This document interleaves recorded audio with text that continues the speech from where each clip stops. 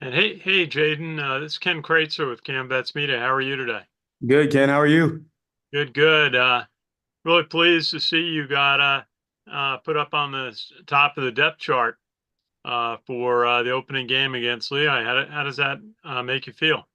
Feels really good. Obviously I've been through a different journey than most, after not playing last year. So I feel like I owe it to myself and to my teammates that like I kind of not necessarily let down, but wasn't there for last year, to be on the field. So I feel like me starting is more about the other people on the field than me. Um, just doing my part, my 111, and making sure that we can be the best defense we can be. Now, tell us about your role on the defense as you're a cornerback. Is that correct? Yes, sir. Tell us about what your keys are. You got to stop the pass, but also you got to watch out for those running plays, turning the corner. Yes, sir. I personally think we're like the most physical corners in college football. If you watch around college football, you'll see corners backpedaling. If it's not a pass, they just stop mid play. There's definitely a different sense for us that we are in part of the run game. Like there's no ifs, ands, or buts about it. That there are multiple calls where the defense relies on us to make key plays or get in the right position, right gap to force the ball to go other places or actually make the tackle. So I feel like playing corner here is it's about 50-50 pass and run. So Coach D definitely emphasizes that, getting on the fundamentals of being a good tackler, being a sure tackler. We do tackling drills every day, whether it be tackling a wide receiver on a hitch or tackling a 250-pound running back coming down the middle of the field. So we put in different situations during the game, and Coach D definitely prepares us during practice to be ready for those situations, and that we're aware of what we have to do, what our job is, where we have to be in the right spot. Well, very good. Tell us about a little bit about some of your teammates in the defensive backfield this year. Yes. So most of us are pretty young. Max and Casey are the only two that are really returning that have actually played like significant staff, started a lot of games. And they both play safety. Me and Platt were kind of in the same boat. Played freshman year, didn't play as much last year. And coming in, but I feel like the people in the defense before us have paved the way, especially the DBs such as like Marquell, Q Hammonds, Jabari Moore, Cam Jones, Bo Nicholas Paul. They have done a great job of like emphasizing that when they are gone, like we have to keep up the standard that they left and make it better. It's like we were in a group chat, texting the corner the other day, asking like, "What would you do in this situation? How did you play this?" Also, like the outside backers, especially like Chance Keith, he's definitely a big role in the secondary as well, being a run fitter and in the pass game, playing a key part in the pass game. So yeah, it's just like I think we're ready. Like That's good. together, That's ready to good. play. Yeah, absolutely. Now, what is Coach Nate Woody been working with you and the defensive backs on, or general word for the defense this year? Just being in the right spot at the right time, playing together as a team, doing your 111th, so you don't have to worry about making somebody else right. You do your job, next person next to you do your job, so on and so forth. And as a defense, we'll hold the ball to 3 and outs, 3 and out, 3 and outs, and get off the field. Also tackling, being a sure tackler, vice tackles, all that. So just getting the person on the ground, be in the right position to make the play that you want to make. Yeah, that'd be terrific. Now, tell us a little bit about where you're from. Where'd you go to high school, and why'd you pick West Point? So I'm from Fairfield, Ohio. It's just 15 minutes north of Cincinnati. I played in one of the like better conferences in Ohio. So you see teams like Colerain, Lakota West, Mason in Ohio. So we played those teams every week. And I would say like the level of competition is kind of the same, not the same exactly as college, but we're playing against 4 stars, 5 stars every week in high school. So the speed of the game there's definitely a different speed, but it wasn't like shocking when we got to college. Um, Also, the reason I chose West Point is because there's a great level to like the name of West Point. And obviously job security after you graduate. But my mom told me, she was like, so I was offered to Kentucky, and I was gonna go to Kentucky and play corner at Kentucky. But my mom was like, if you go to Kentucky, you have to tell somebody you graduated from Kentucky and played football at Kentucky. If you say you went to West Point, you can say I went to West Point. Football has nothing to do with that.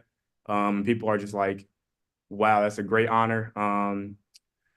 Just when I mentioned the word West Point, people that said I had an offer to, they were just like blown away.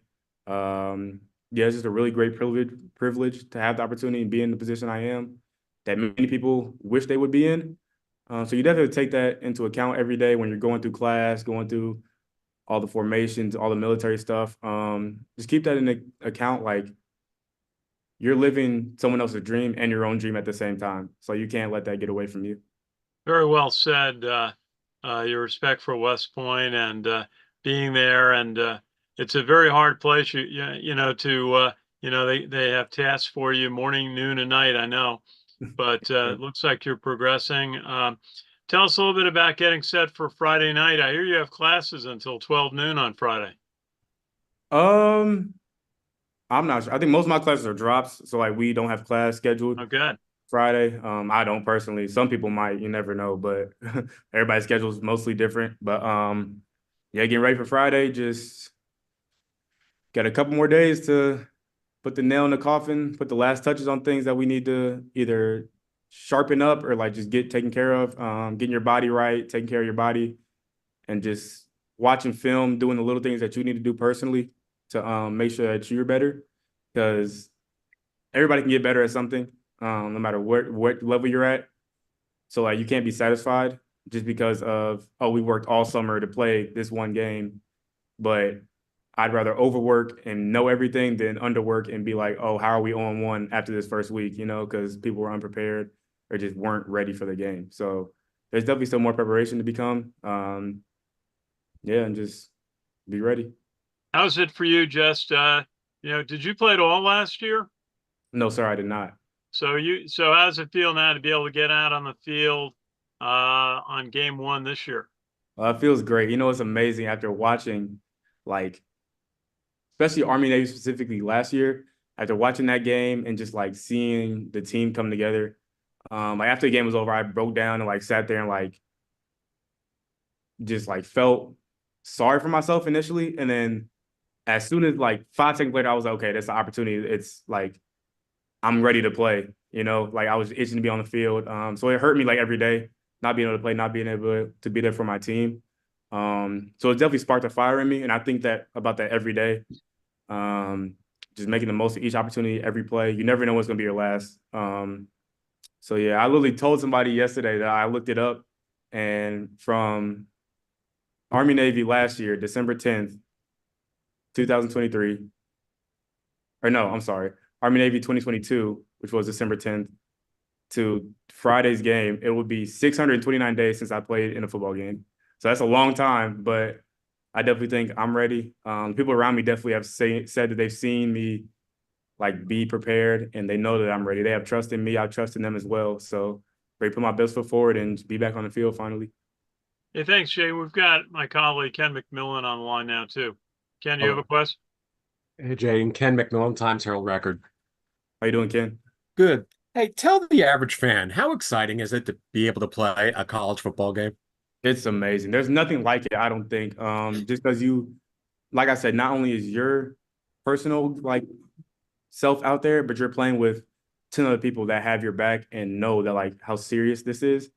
So obviously, like there are fans, there's camera crews, flashing lights, everything, but you have to play in that same 100-yard field, you know? So you can't make it bigger than what it is, but you have to recognize that you're not only playing for each other, you're playing for like the school you're representing, you're playing for the people in the crowd, you're playing for everything like that. And I definitely think that is one of the most special things to do, especially here, playing in front of the core, in front of all. You never know who's important in the stands. Every other person in the stands either old grad, affiliated to the Army, West Point, or have something to do with the school. So like you have to play for more than yourself and more than your team. Do you remember when you first started playing football and why do you play football?